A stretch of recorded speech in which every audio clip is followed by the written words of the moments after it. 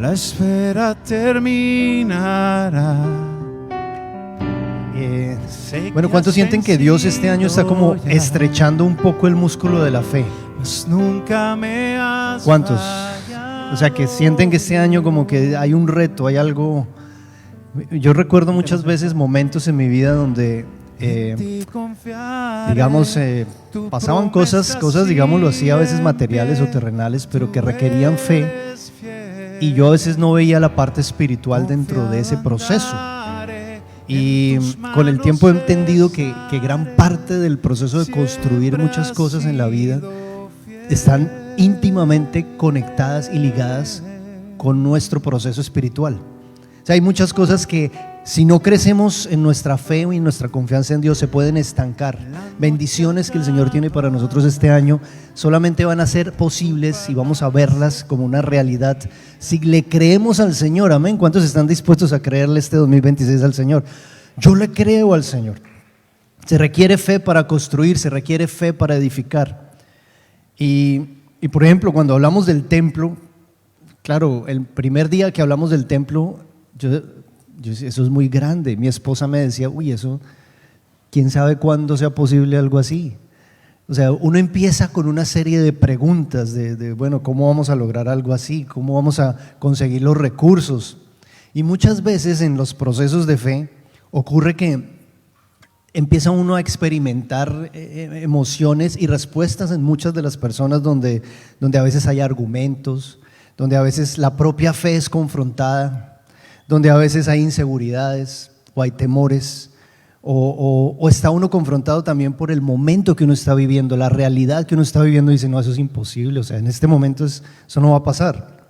Pero eso es parte del proceso de Dios, del proceso espiritual de Dios, es parte de ese desafío donde Dios nos mueve a creer que en Él hay cosas que realmente suceden, que son imposibles para nosotros, pero que solamente Él tiene por su soberanía y por su control, la gloria total. Amén.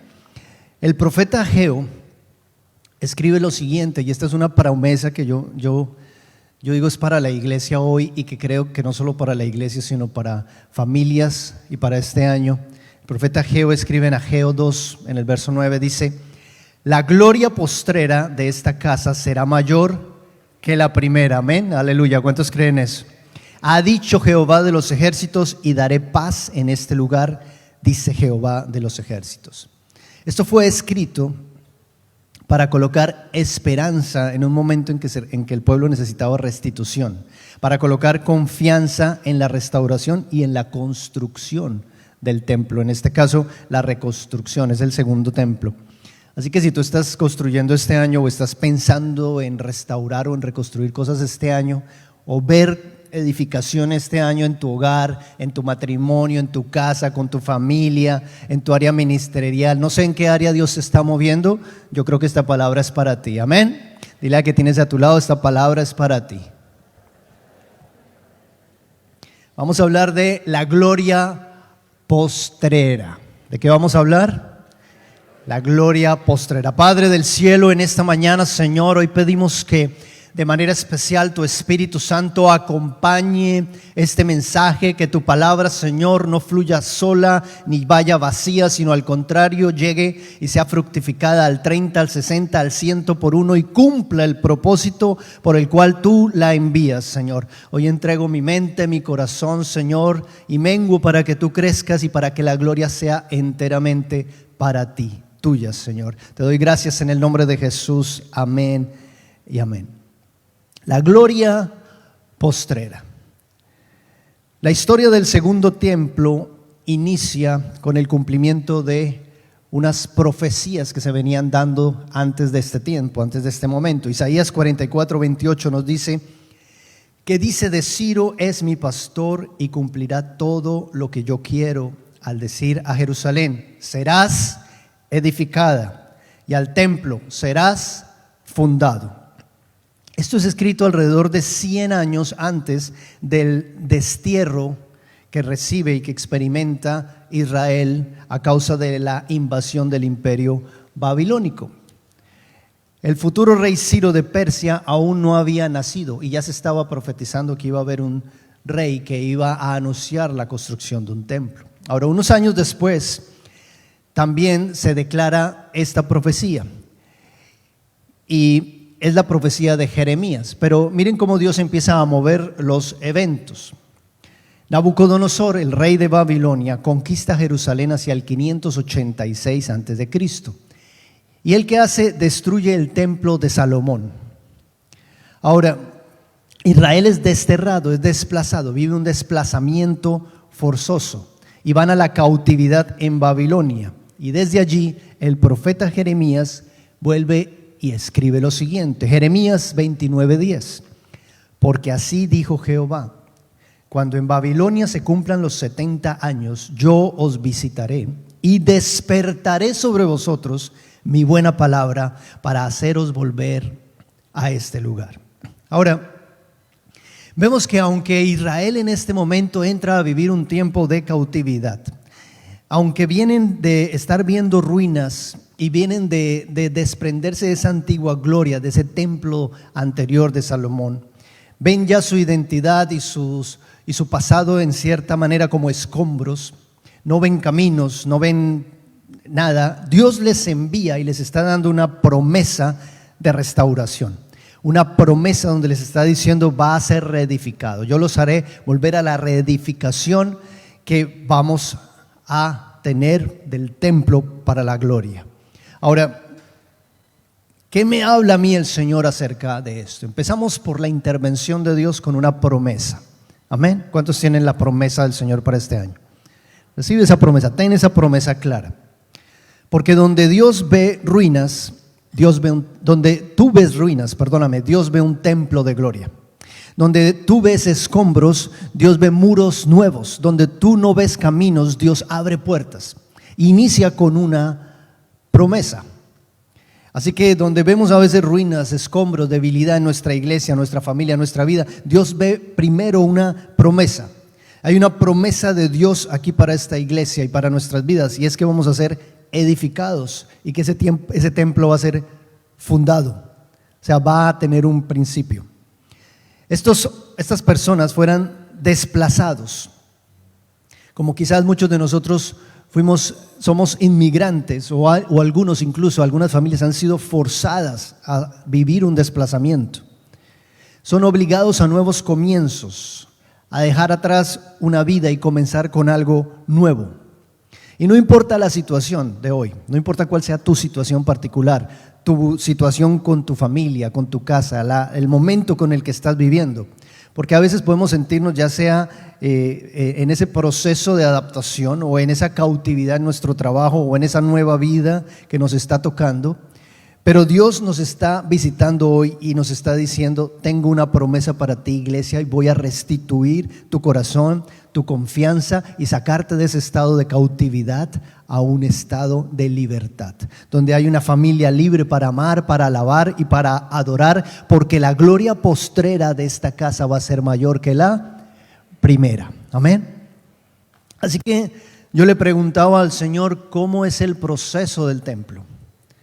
Mi esposa quiere correr, yo quiero decirle vamos despacio. Algunos como que sienten que eso es muy grande y no se involucran, no hacen parte de la visión. Algunos dicen, pastor, ya este año, ya. Hay algunos con más fe, otros con menos fe, algunos luchan con el digerir, algunos especulan. Hay muchas reacciones. Y entonces le preguntaba al Señor, ¿cómo estás construyendo tú, Dios, este templo y qué pasos estás teniendo? Y lo primero que Él hace es que Dios habla y despierta. Amén. Dios habla y despierta. Hablemos de Israel. Israel vive 70 años en el destierro. En Persia de repente hay el mover de querer conquistar Babilonia e interviene Babilonia. Mientras Israel está en la cautividad en Babilonia, entra Persia a tomar Babilonia. Y entonces, tal como había profetizado Isaías y como lo había dicho Jeremías, Ciro decreta que los judíos pueden volver a Jerusalén a reconstruir su templo. En Esdras capítulo 1, verso 1 al 2, aparece el decreto de Ciro, del rey de Persia. Dice, en el primer año de Ciro, rey de Persia, para que se cumpliese la palabra de Jehová por boca de Jeremías, profecía, cumplimiento, despertó Jehová el espíritu de Ciro. Digamos, despertó Jehová el espíritu. Despertó Jehová el espíritu de Ciro, rey de Persia, el cual hizo pregonar la palabra y también por escrito por todo su reino, diciendo, verso 2, así ha dicho Ciro, rey de Persia: Jehová, el Dios de los cielos, me ha dado todos los reinos de la tierra y me ha mandado que le edifique casa en Jerusalén, que está en Judá.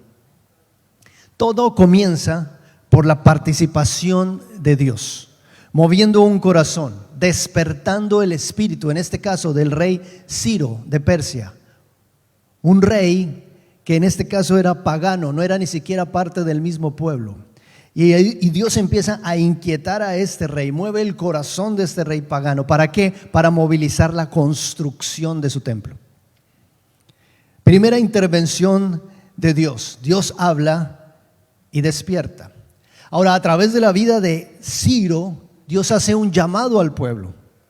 Dice Esdras 1, 3, 4: quien haya entre vosotros de su pueblo, sea Dios con él, y suba a Jerusalén que está en Judá, y edifique la casa de Jehová Dios de Israel. Él es Dios, la cual está en Jerusalén. Verso 4: y a todo el que haya quedado en cualquier lugar donde more, ayúdenle los hombres de su lugar con plata, oro, bienes y ganados, además de ofrendas voluntarias para la casa de Dios, la cual está en Jerusalén. Tremendo, aquí Dios está usando a un rey, al rey Ciro de Persia, haciéndole un llamado al pueblo a la reedificación.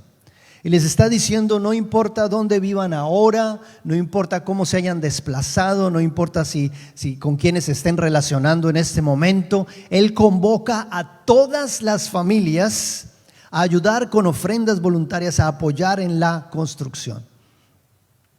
Yo le preguntaba al Señor, ¿de qué manera esto se conecta con nosotros y en este tiempo en el que estamos soñando y orando por ese templo? Y parte de eso es reconocer que llevamos 15 años de ministerio. ¿Cuántos saben que este año cumplimos 15 años de ministerio? Amén. Dale un aplauso al Rey. Durante esos 15 años han pasado un promedio de unas 1,000 personas a través del ministerio.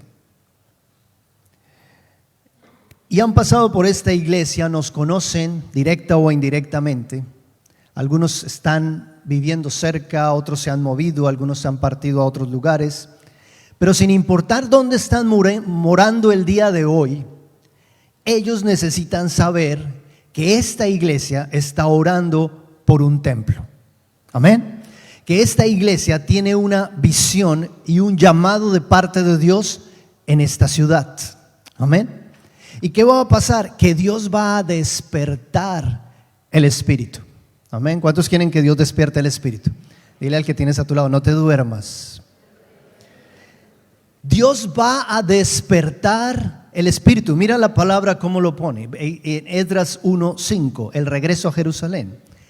Entonces, cuando escucharon la voz de Ciro, entonces se levantaron los jefes de las casas paternas de Judá y de Benjamín, y los sacerdotes y levitas, todos aquellos cuyo espíritu despertó Dios para subir a edificar la casa de Jehová, la cual está en Jerusalén. O sea, Dios empezó a despertar el corazón primero de los padres de familia, de los esposos, luego de los servidores, los levitas. Todo comenzó con eso, con ese movimiento espiritual en los corazones, despertando el espíritu. Dios dice en la palabra que Él despierta el querer como el hacer, exactamente. Y te digo algo, a veces hay vidas dormidas, hay veces personas se quedan dormidas espiritualmente porque se alejan sencillamente de la visión, se enfrían en su fe, se desconectan de los propósitos y los planes que Dios tiene para su iglesia para este tiempo. Se pierden de lo hermoso del proceso, de la parte espiritual, del toque de disfrutar lo que Dios está haciendo para este tiempo.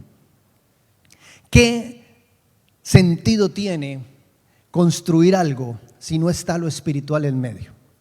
¿Qué sentido tiene construir una casa, una familia, una empresa si tú te duermes en el proceso con Dios? Si pierdes el gozo, la satisfacción, la plenitud de saber que Dios está en medio del proceso. Viene un tiempo en el que Dios va a despertar el espíritu de muchos aquí. Amén. Y no solo aquí, afuera.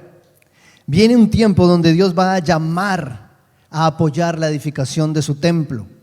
Y cuando eso pasa, entonces llegan los recursos, llegan las maneras, llegan las ideas, llegan las personas voluntarias, con experiencias en distintas áreas. Vienen donativos. Aquí en la palabra habla de materiales, metales valiosos, bienes, cosas preciosas, donaciones de alimentos, recursos de muchas fuentes.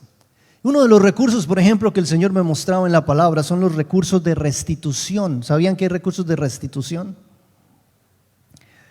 Nabucodonosor, el rey de Babilonia, había saqueado todos los utensilios sagrados del templo que estaba en el templo de Salomón y los había llevado para ser usados en templos paganos.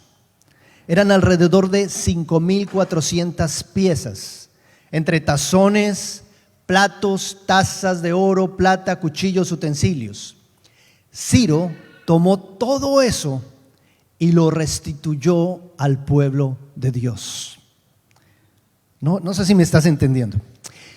El rey Ciro, el rey pagano, tomó todo lo que Nabucodonosor se había quitado, se lo había llevado al exilio, a adorar dioses paganos con esos recursos. Él lo restituye, lo coge todo y le dice: esto le pertenece al pueblo de Dios.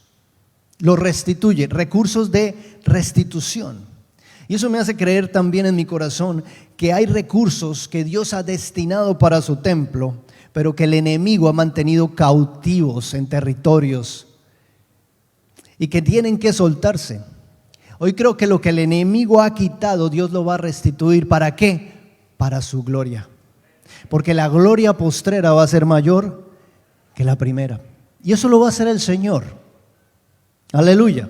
¿Cuántos creen que el Señor va a restituir recursos? Va a traer recursos, a veces de donde no sabemos. Amén. Entonces lo primero que Dios hace en ese proceso es que Dios habla y Dios despierta. ¿Despierta qué? El espíritu. Segundo, el pueblo responde y construye. En Esdras, en el capítulo 2, como sigue la historia, aparece una lista de todos aquellos que volvieron de la cautividad desde Babilonia. Habían sacerdotes, levitas, cantores, siervos en el templo. Y en Esdras 2:64 dice: toda la congregación, unida como un solo hombre, era de 42,360, sin contar sus siervos y siervas, los cuales eran 7,337, y tenían 200 cantores y cantoras. Imagínense eso, todo un movimiento de un pueblo regresando a Jerusalén para reconstruir ese templo. Habían pasado medio siglo aproximadamente, más de medio siglo en la cautividad. La mayoría de ellos eran los hijos y los nietos de los que habían vivido el exilio. En otras palabras, había una nueva generación que se estaba desplazando, le estaba creyendo a Dios y había respondido al llamado de parte del Señor. Ahora, a pesar de que eran tantos, toda la congregación, dice la palabra, estaba unida como un solo hombre. Dile al que tienes a tu lado: vamos a unirnos. Estaba unida como un solo hombre. La misma escritura dice: una casa dividida contra sí mismo no prospera, pero una casa unida como un solo hombre va a experimentar la gloria postrera. Aleluya. Amén. Ahora pensemos en este pueblo. La mayoría de ellos nunca había pisado Jerusalén. Habían nacido en el exilio, habían nacido en Babilonia. Muchos ya eran adultos, nacidos en el cautiverio, lejos de casa, y no conocían físicamente el templo de Salomón. No habían visto a Jerusalén. Ahora, eso significa que ese regreso de esta población fue toda una experiencia. Fue regresar a reaprender el culto, a reconstruir su identidad como pueblo y como nación. Y es una nueva generación respondiendo al llamado. Y lo maravilloso de ver en la palabra es que lo primero que esta generación tenía claro es que lo que hay que edificar es el altar. Ellos llegaron y lo primero que hicieron fue reedificar el altar al Dios de Israel. Y dice la palabra que ellos ofrecieron holocaustos en la mañana, en la tarde. Es decir, buscaron la adoración, buscaron la comunión con Dios, la consagración de sus vidas. ¿Cuánto le dan gloria a Dios de ese ayuno que tuvimos al principio del año? Amén, un ayuno de consagración. Exactamente, empezamos bien. Sentí de Dios, digo, empezamos con el altar. Por lo espiritual, por ahí se inicia la construcción de todo. Luego dice la Escritura que ellos celebraron las fiestas solemnes con el altar, la fiesta de los tabernáculos, el Sukkot, que les permitía recordar todas las historias de sus antepasados cuando les contaban que habían salido al desierto y que Dios los había sostenido en el desierto y había sido su proveedor durante todo ese tiempo y había sido su guía, les había dado dirección. Les recordaron y hacían fiestas como la Pascua, recordando la salida de Egipto. Estaban haciendo la fiesta de cosechas del Pentecostés. Habían sacrificios continuos, algunos eran espontáneos y algunos eran voluntarios. Es decir, lo importante de acá es reconocer que la construcción inició con lo espiritual. Amén. No descuides el altar, dile a alguien ahí a tu lado, no descuides el altar. Nuestra relación personal con el Señor, por ahí parte todo. Sea que vas a construir una casa, una familia, un hogar, necesitas empezar por el altar. Esdras 3:6 dice: desde el primer día del mes séptimo comenzaron a ofrecer holocaustos a Jehová, pero los cimientos del templo de Jehová no se habían echado todavía. ¿En qué estaban? En lo espiritual, metidos con Dios, orando, viniendo a la iglesia, congregándose. Estaban en lo espiritual, estaban adorando, alabando, congregándose, estaban esperando el cumplimiento de la promesa. Sabían que venía una gloria postrera, lo sabían en su corazón, pero mientras esperaban y adoraban, ¿qué hacían? Estaban ahorrando, estaban recogiendo recursos, estaban dando a conocer la visión que Dios les había puesto en el corazón. Estaban dando a conocer esa visión de ese templo, de esa restauración de su Jerusalén. Y pasaron aproximadamente 2 años, más de 2 años. O sea, ellos no llegaron y de una vez arrancaron a trabajar. No, pasó todo ese tiempo solamente en temas de reconstruir su legado espiritual y de recoger recursos. Y hacia los 2 años más adelante, un poco más adelante, empezaron realmente a echar y a mover la acción ya física de lo que era el templo. En Esdras 3:7 dice la Escritura: y dieron dinero a los albañiles y carpinteros, asimismo comida, bebida y aceite a los sidonios y tirios, para que trajesen madera de cedro desde el Líbano por mar a Job, conforme a la voluntad de Ciro, rey de Persia, acerca de esto. Es decir, contrataron personas, albañiles, carpinteros, dieron comida y bebida a los sidonios y tirios, que eran marineros, eran comerciantes, eran las personas que tenían el acceso a los recursos y los podían traer y los podían poner en el lugar donde se iba a edificar. Y fueron especiales con esas personas que eran claves en el proceso. Les tenían su buen barbecue, su buena atención, los invitaban a casa, porque sabían que ellos iban a representar figuras y movimientos claves en el momento que arrancaran la construcción. Se apoyaron en otras culturas, no eran solo el pueblo de Dios, se apoyaban en otras culturas para conseguir recursos, gente que estaba fuera incluso de la misma iglesia o del mismo pueblo. Y en Esdras 3, en el verso 8 al 9, viene la colocación de los cimientos del templo, que a mí me ministró mucho el Señor con estos versos, y es el momento en donde iniciaron el fundamento. ¿Saben? No sé si han visto aquí cuando van a construir una casa que hay un momento donde echan el concreto y vienen y echan el concreto ahí, hay un gran tubo donde van colocando así los cimientos. Yo recuerdo cuando construimos nuestra casa, ese tiempo, ese momento fue maravilloso. Pues acá viene la colocación de los cimientos del templo. Esdras 3, 8, 9 dice: y pusieron a los levitas, miren lo espiritual del asunto, no solo era el echar el concreto, miren lo espiritual. Pusieron a los levitas de 20 años arriba para que activasen la obra de la casa de Jehová. Como un solo hombre asistían para activar a los que hacían la obra de la casa de Dios. Ese activar es activar el espíritu, es despertar el espíritu. Ese activar es mover el reino espiritual. Los levitas, ¿quiénes eran? Eran los administradores, los siervos de las cosas del templo. Se encargaban del culto, de la música, del orden, de la enseñanza. Tenían una serie de funciones dentro del templo. Pero dice la escritura que fueron puestos en este caso activando la obra. Es decir, ellos hacían parte de la operación del desarrollo. Ellos definían qué era lo que se necesitaba. Y qué mejor grupo para saber qué hacer. Yo recuerdo el año pasado cuando empezamos con la idea del templo, lo primero que yo hice fue contactar a los levitas de nuestra iglesia. O sea, contacté a las personas encargadas de alabanza, de los niños, de los sugieres. ¿Qué necesitamos? ¿Qué mejor persona que ellos para saber qué necesitamos como iglesia en ciertas áreas? Hay personas que se me acercan y dicen: pastor, es que usted tiene la big picture. Y le digo: no, la big picture la tiene el Señor. Él sabe qué es lo que queremos hacer. Pero aquí a través de su palabra Él va dando las instrucciones, va dando los pasos a pasos. Y es lo que hemos ido siguiendo la voluntad de lo que el Señor nos va diciendo. Entonces, estas personas fueron necesarias para activar la obra. Y fueron necesarias porque no solo velaban por la parte técnica, sino que guardaban el orden, seguían la palabra de Dios, velaban por lo espiritual, no perdían el proceso espiritual que el pueblo estaba teniendo a medida que la construcción se iba dando. Entonces velaban por lo espiritual, animaban al pueblo a estar adorando en el proceso, a continuar en lo espiritual. Es como cuando Jesús está dando esa palabra y dice que el hombre sabio construye su casa sobre la roca y el hombre necio lo hace sobre una arena. Él está hablando de un cimiento espiritual.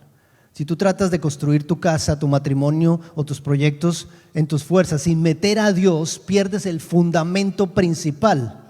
Cuando está el fundamento principal, no importa que venga el viento, la tormenta, la lluvia, tú te vas a sostener. Amén. Tú te vas a sostener. Por eso es importante lo espiritual en el proceso. Ahora, eso es lo más importante, la experiencia espiritual, la vivencia, su significado para nosotros como iglesia, como un pueblo inmigrante en una nueva nación.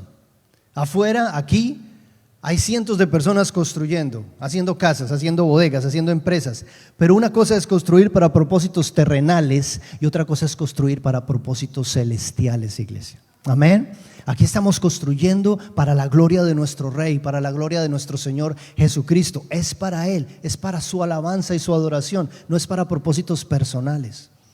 Amén. Entonces necesitamos comenzar por lo espiritual. Dile a alguien cerca: comenzamos por lo espiritual. ¿Qué es lo espiritual? ¿Qué pide Dios para empezar? No dejar de congregarnos, avivarnos unos a otros, recordar la visión, recordarla y hablarla, comentarla. Estamos orando por un templo, eso nos aviva unos a otros.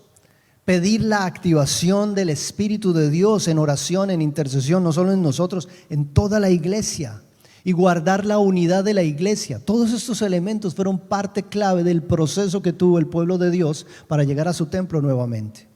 Orar por lo que necesitamos, por recursos, disposición, soñar con la visión, partir de lo que no se ve para que Dios nos dé en el futuro esa gloria postrera que se va a ver. Aleluya, amén. Lo que Dios va a hacer.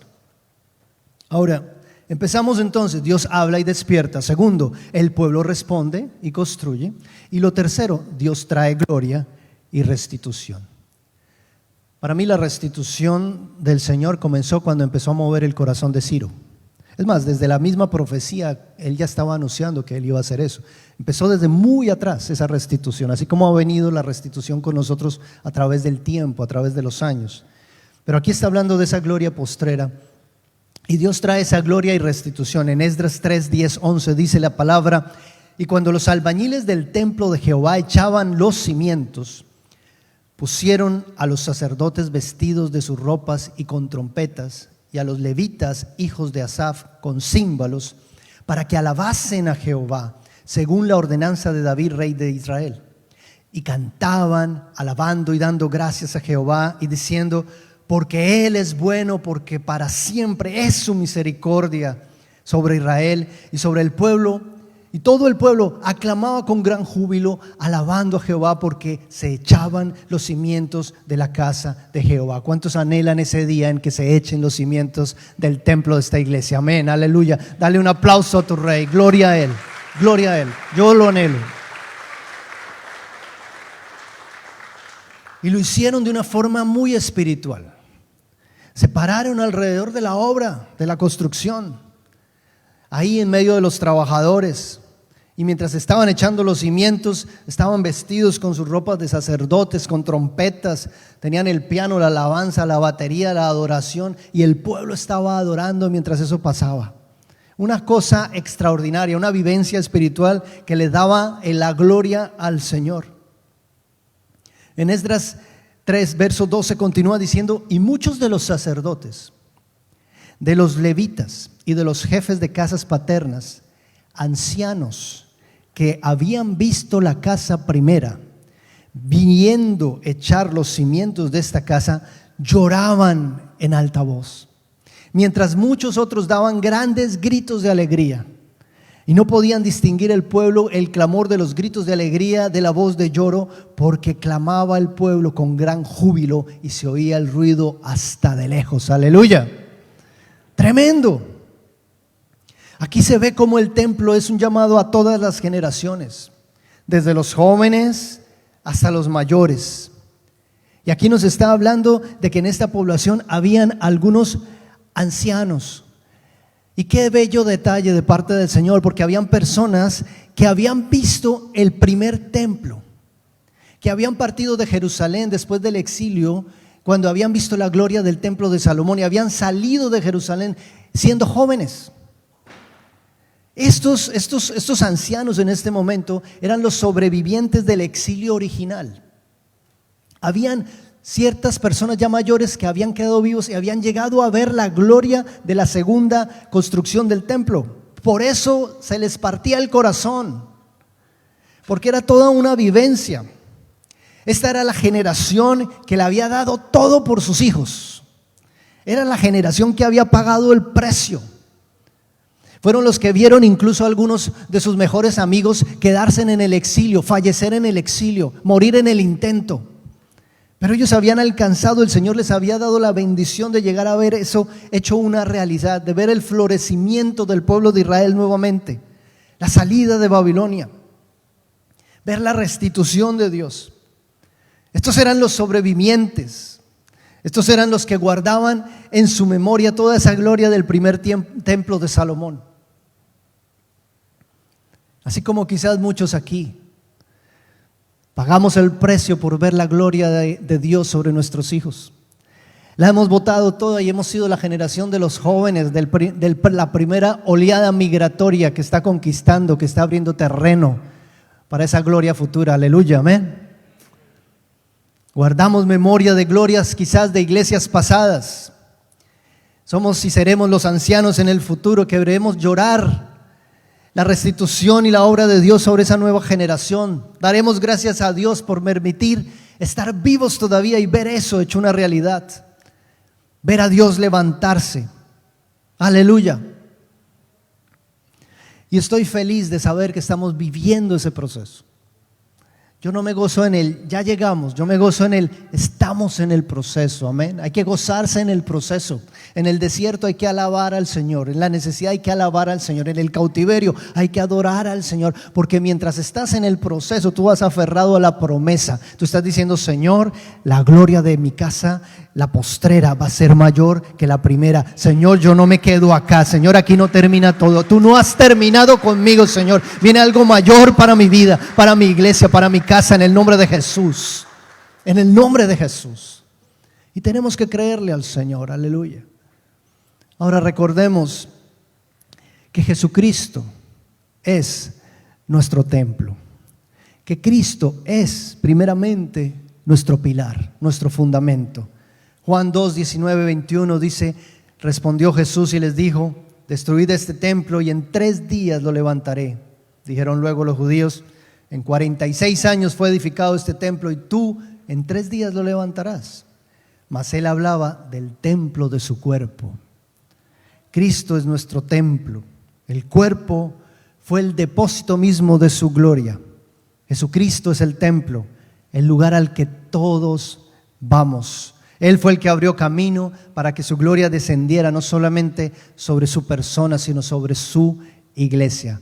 Por eso es que nosotros somos el templo del Espíritu Santo, iglesia. Amén. Efesios 2:21, en quien todo el edificio bien coordinado, dice la palabra, va creciendo para ser un templo santo en el Señor, en quien vosotros también sois juntamente edificados. ¿Para qué? Para morada de Dios en el Espíritu. Yo te invito a ponerte de pie en este momento. Él es nuestro templo.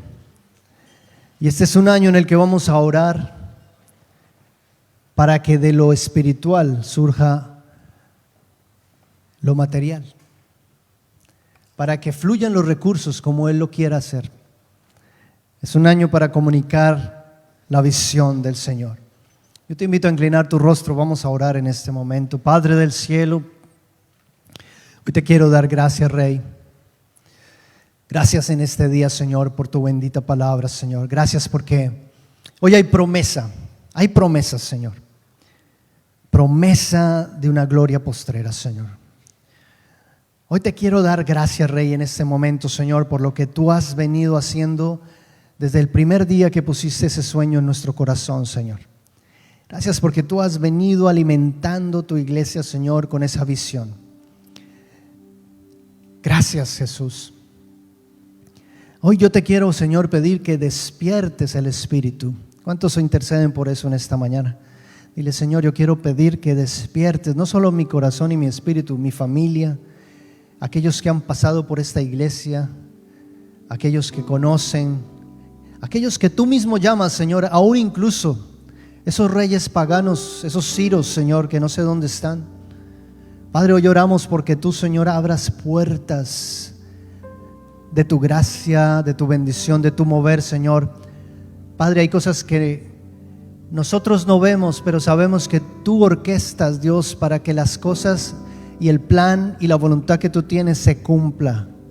Por eso hoy me paro aquí delante de tu altar, Señor, con una fe sólida, una fe fundamentada en ti y en tu palabra. Amado Cristo, Señor, hoy avanzamos este año creyendo que eres un Dios de imposibles, creyendo que eres un Dios que puede mover cosas aún en lo sobrenatural, mover corazones, mover vidas, restituir incluso recursos de maneras milagrosas, de maneras inesperadas, Señor. Hoy rindo, Señor, este sueño delante de ti. Yo te invito a que le digas eso al Señor. Señor, rendimos el templo, rendimos la edificación de nuestras casas, rendimos la edificación, Señor, de nuestras vidas, de nuestros matrimonios. Lo rendimos, Señor. Hoy soltamos delante de ti el control y reconocemos, Señor, que si tú estás dirigiendo, Señor, veremos esa gloria postrera, Señor. Hoy nos aferramos a tu palabra, hoy recibimos esa promesa como iglesia, Señor, y hoy caminamos en fe, Señor. Porque si te miramos a ti, caminamos sobre las aguas, Señor. Caminamos sobre lo sobrenatural, Señor. Padre, las montañas son movidas en este momento en el nombre de Jesús. Los argumentos hoy se mueven, Padre, en el nombre de Jesús a tu favor. Hoy declaramos, Señor, cosas grandes, Señor. Hoy declaramos, Señor, que todo pensamiento de pequeñez, toda inseguridad, todo temor, Señor, que esté robando, Dios, esa bendición de lo que tú quieres hacer, hoy se ha echado fuera de ese lugar, Señor. Hoy declaramos una iglesia confiada, una iglesia llena de fe, una iglesia avivada, una iglesia que le cree a la visión que tú has colocado, que te cree a ti, Señor, porque será tu instrumento, será para ti, será para tu gloria, Señor, será para tu alabanza, será para edificar nuestras familias, para edificar tu iglesia, será para proveer bendición, no solo en tu casa, sino para los que van llegando, Señor. Será un lugar del fluir de tu bendición, donde tu palabra, Señor, estará viva en cada corazón, donde muchos te van a encontrar, te van a amar, donde van a haber encuentros personales contigo, bautismos en el Espíritu y en agua, Señor, Padre, porque viene la gloria postrera, una gloria, Señor, que solamente das tú, que solo proviene de ti, Señor. Y hoy me apoyo en tu palabra, hoy creo en la promesa, hoy descanso en la bendición que tú vas a hacer y vas a traer sobre este año, Señor, Padre, en el nombre poderoso de Jesús, en el nombre poderoso de Jesús.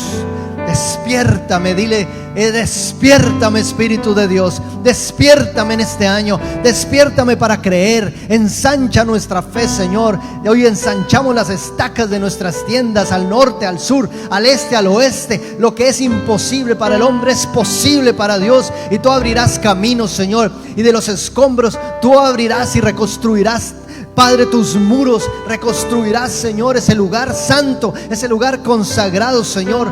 Padre, estamos aquí en este lugar cansándonos de ver cómo se mezcla lo profano con lo santo, pero queremos lo santo para ti. Queremos apartar ese lugar desde ya. Oramos por ese terreno, Señor. Oramos porque tú lo estés limpiando, estés aparejando las cosas en los corazones, en las vidas, Padre, y declaramos un terreno de bendición para tu iglesia, un terreno donde vamos a crecer, donde vamos a construir no solamente lo físico, lo espiritual, Señor, para la gloria tuya, Señor, para la gloria de tu nombre, Señor. Vamos a adorarle, vamos a, como nuestro hermano Quique compartía al principio, no tienes que entender todo. Quizás tú llegaste hoy, es nuevo, todo esto es nuevo para ti. No tienes que entenderlo todo, solamente deja que tu corazón se conecte con lo que Dios está haciendo. Y mientras le cantamos y le adoramos y cerramos este servicio en ese sentir y en ese aferramiento a su promesa, vamos a darle la libertad al Espíritu Santo para que nos ministre y nos hable, en el nombre de Jesús, en el nombre de Jesús. Yo en ti confiaré, tu promesa sigue en pie, tú eres fiel. Confiado andaré, en tus manos estaré, tú eres fiel. En ti confiaré, tu promesa sigue en pie, tú eres fiel. Confiado andaré, en tus manos